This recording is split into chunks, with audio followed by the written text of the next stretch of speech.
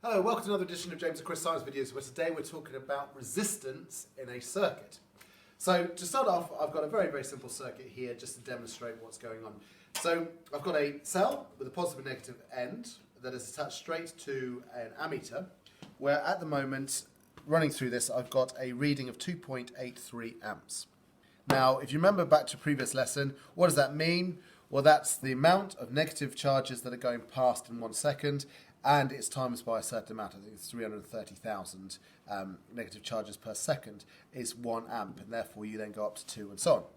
So what are we going to do? Well, we need to look at how putting components into my circuit affect this current going around it. So to put a cell in here and to put a light bulb in, I've chosen one that isn't working. That's good news. So the second one was. There we go. So by making my bulb work, you can see that the current here has gone down to 0.26. We can say the component has resisted the current. It has slowed it down. In fact, any component will work as a resistor and will slow down the current by a set amount. So what we need to do is we need to look at what causes that and how come, what I can do to change that resistance. So over here I've set up a simple experiment. What I've got is 4 different wires, all made of the same material but of different thicknesses. And I've got various different lengths. So what I'm going to do, and I don't know whether my trusty cameraman can show this, but we shall go here. At the moment, if I put this on at 5 centimeters on the thick wire, you'll see I've got a reading of 1.08 amps. So that has already slowed it down from 2.5 to 1.8. If I move it now to 20, you can see that my current has gone down a little bit more.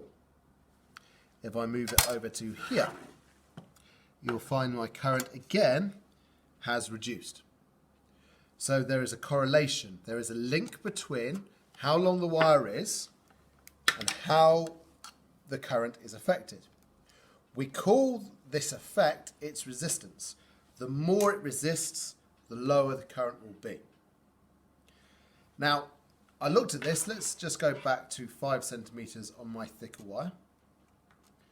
And if I put this back on 5, we had a reading of, once it settles, 0.88. And I'm now going to go to the thinnest wire. And I'm going to do that on 5 centimeters. And this is now 0.79, which jumps around a bit as I move it, 0.79. So we also have a correlation between the thickness of the wire as well as the length of the wire. And that correlation is something that you would need to be able to describe. So what I'm now going to do is, appearing on the screen is a set of data.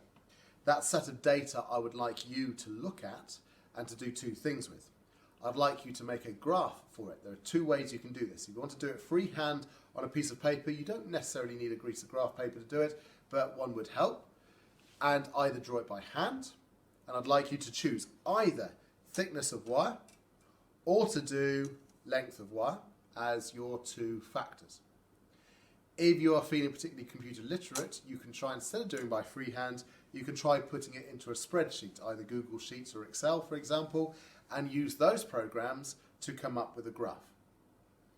Once you've done that graph, what I'd like you to do is underneath it is to write the correlation between the 2. I'd like you to describe it and then explain it if you can.